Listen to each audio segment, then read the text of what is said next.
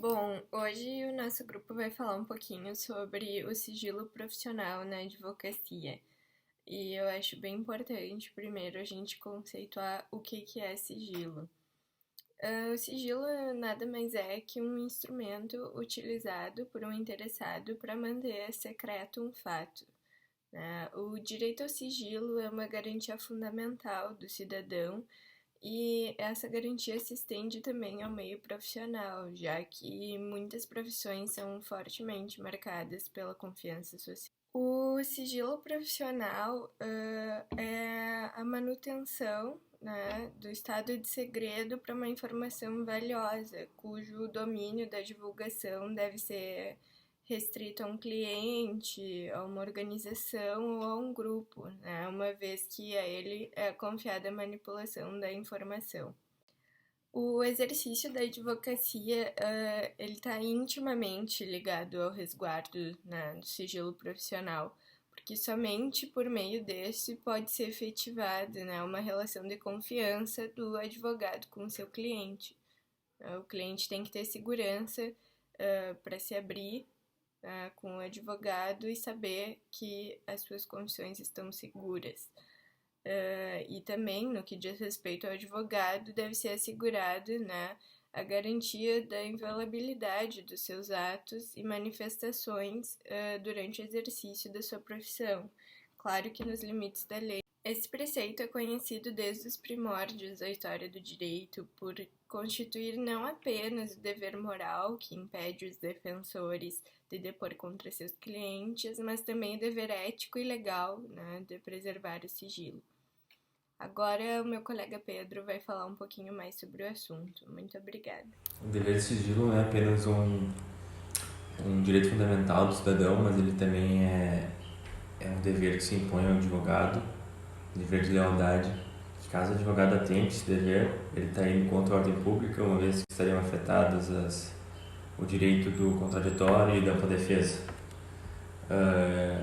Desse modo, Paulo Lobo destaca que não importa a natureza do contato entre advogado e cliente, seja ele feito de forma remunerada ou não, judicial ou extrajudicial, sendo aceita ou não aceita, ela deve ser mantida sigilo, tanto para informações a respeito do cliente, do possível cliente, quanto para informações do terceiro, da outra parte. Dessa forma, o artigo 26 do Código de Ética de Advogado estabelece que o procurador não pode testemunhar nem depor contra o seu cliente, mesmo que já não seja mais cliente, seja um ex-cliente, deve permanecer o sigilo, até mesmo se ele for solicitado pelo constituinte.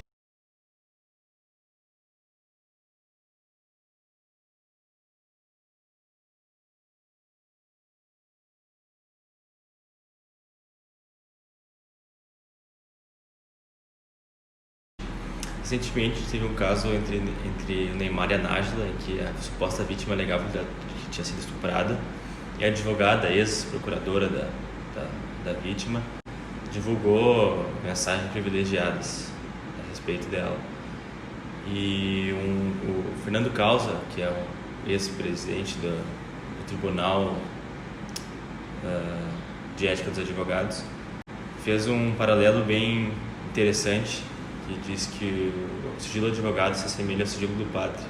Quando o fiel entra no confessionário, deve ser mantido em sigilo. Vale ressaltar também que o sigilo pode ser quebrado quando houver uma justa causa, ameaça à honra ou à vida, ou um motivo que justifique tal quebra de sigilo. Caso contrário, o advogado, o procurador, poderá ser punido através do artigo 36 da Lei 8.906, se não me engano, de 2004, com uma infração disciplinar punível com censura. É sabido da importância do sigilo profissional nas relações de trabalho do advogado. Contudo, em situações excepcionais, esse sigilo pode ser corrompido, para que não haja o comprometimento do advogado. O Código de Ética e de Disciplina da OAB traz, em seu artigo 25, as exceções à guarda do sigilo. São circunstâncias bastante limitadas, em que o valor que vai ser supracitado vai se sobrepor ao valor do sigilo profissional.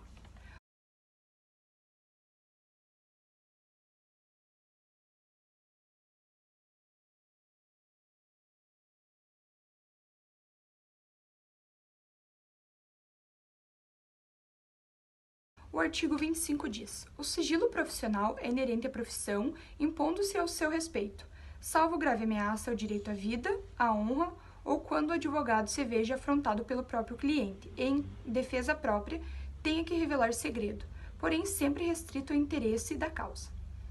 Nesse caso, quando o resguardo à vida de alguém estiver em jogo, esse valor vai se sobrepor ao direito ao sigilo. Por exemplo, quando um cliente conta ao seu advogado que ele planeja participar ou cometer um homicídio. No caso, o valor à vida sempre vai se sobressair sobre qualquer direito. Então, esse é um caso de rompimento do sigilo. O outro caso é quando se está em defesa da honra, que desde que seja uma grave ameaça à honra e não um motivo banal. E deve haver graves prejuízos à vítima, não podendo ser coisas leves que possam ser desconsideradas. Outro caso é em legítima defesa do advogado. Desde que o advogado haja com necessidade e conveniência e a sua defesa seja nos limites e no interesse da sua defesa e não além disso, não para ofender o outro.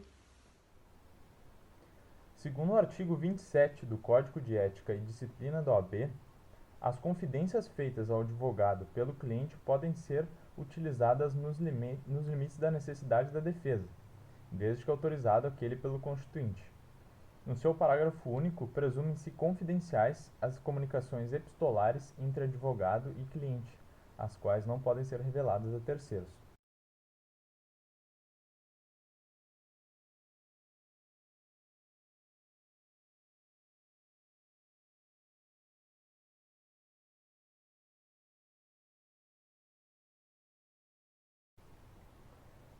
Sobre esse artigo, a gente precisa destacar que essas confidências elas podem ser somente utilizadas nos limites da defesa, como eu disse ali no artigo.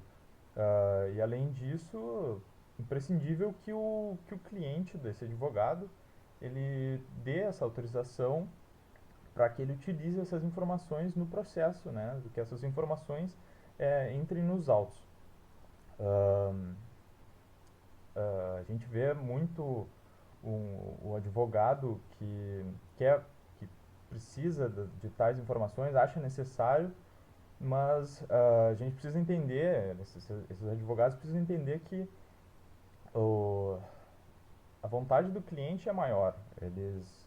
Eles podem ter um prejuízo muito maior se uma informação for externalizada no processo e esse prejuízo só vai ser arcado pela pessoa dele, né? Então o advogado tem que ter essa empatia, esse entendimento, tem que ter essa compreensão, essa visão. E no seu parágrafo único, que é desse artigo, do artigo 27, as comunicações entre o advogado, por mais, independentemente do seu conteúdo, do teor do conteúdo, elas não podem ser reveladas a terceiro, né? O cliente ele precisa se sentir seguro. Esse artigo ele protege o cliente contra o vazamento de informações, né? O cliente precisa se sentir tranquilo para falar os fatos para o advogado, para o seu procurador, e que independentemente do teor dessas comunicações, se as mesmas forem na seara cliente e advogado, a presunção de serem sigilosas. No artigo ali também tem o termo epistolar. A interpretação desse termo, na verdade, não quer dizer respeito só, não diz respeito somente às mensagens escritas, né, missivas escritas, mas também as de cunho eletrônico, no WhatsApp, e-mail ou qualquer meio de comunicação que a gente tem aí hoje em dia, MSN, mas também como pode ser por bilhetes, ah, rascunhos, cartas, enfim. Então, para concluir nosso trabalho e complementar o que foi dito por meus colegas anteriormente, eu gostaria de ressaltar e enfatizar que o sigilo profissional do advogado ou da advogada é uma circunstância de alta importância.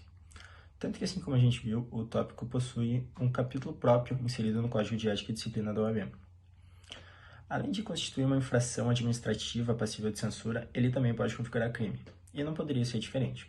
Afinal, conforme a gente viu nos artigos 25, 26 e 27, que meus colegas relataram anteriormente, os mesmos artigos pontuam a sua respectiva importância e função social, emparelhadas ao ofício privado da advocacia. O respeito entre a advocacia e a sociedade é recíproco, e para que tal seja mantido, a gente deve respeitar e aprimorar os princípios éticos e profissionais, começando aí pelo sigilo profissional. Esses princípios devem ser mantidos justamente para que o respeito recíproco entre a sociedade e a advocacia seja mantido.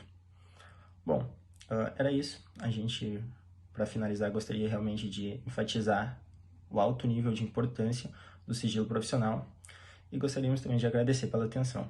Muito obrigado.